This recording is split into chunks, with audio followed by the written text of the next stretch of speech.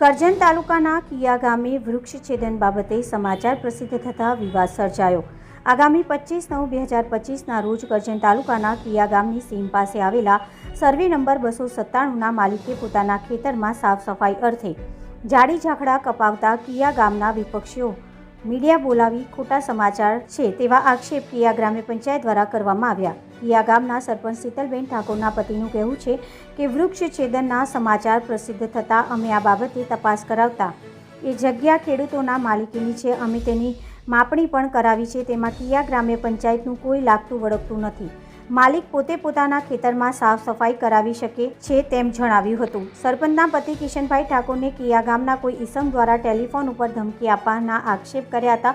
કિયા ગામના એક નાગરિકે મીડિયા સમક્ષ જણાવ્યું હતું કે આગામી ગ્રામ્ય પંચાયત સમયે જે વિપક્ષના લોકો છે જે હાલમાં વૃક્ષછેદનના આક્ષેપ અમારી ઉપર કર્યા છે તે આગામી પંચાયત તેમજ તેમના રાજમાં ઘણા વૃક્ષો કપાયા છે અને તેમની ઉપર ફરિયાદો પણ કરવામાં આવી હતી અને તેમને દંડ પણ કર્યો હતો।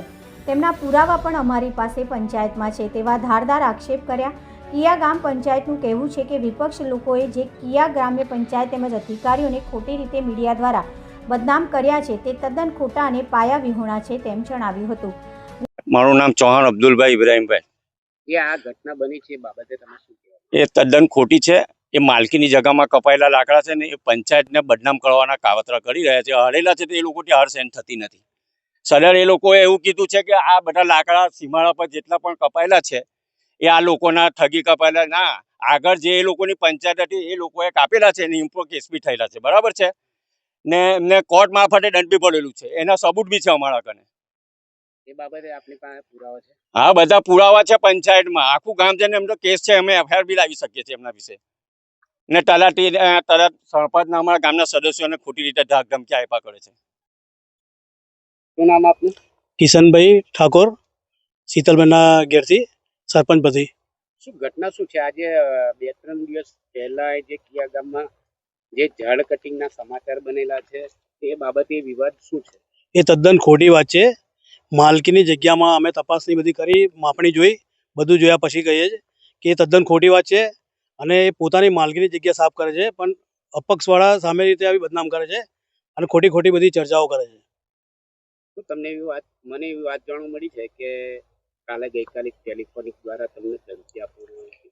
મને એક ફોન આવ્યો હતો અને મીડિયાનું કંઈક એ કહેતા કે તમે આવું કરશો તો તમને સસ્પેન્ડ કરાવી નાખીશું, પણ એમ કોઈક ફોન આવ્યો હતો, એ નંબર ઇમરાનભાઈ કરીને હતો, ઇરફાનભાઈ કરીને એમનો ફોન આવ્યો હતો કે તમને સસ્પેન્ડ કરાવી દઈશું આ ઝાડ કટિંગ થશે તો, પણ એ પંચાયતમાં કોઈ લાગતી વખતે નથી, એ પોતાની માલકીની જગ્યામાં સફાઈ કરે છે અને એનાથી નાના નાના ઝાડ કાપેલા છે ફેન્સિંગ મારવા માટે, બાકી એ પંચાયતમાં કોઈ લાગતું વળતું નથી એમાં।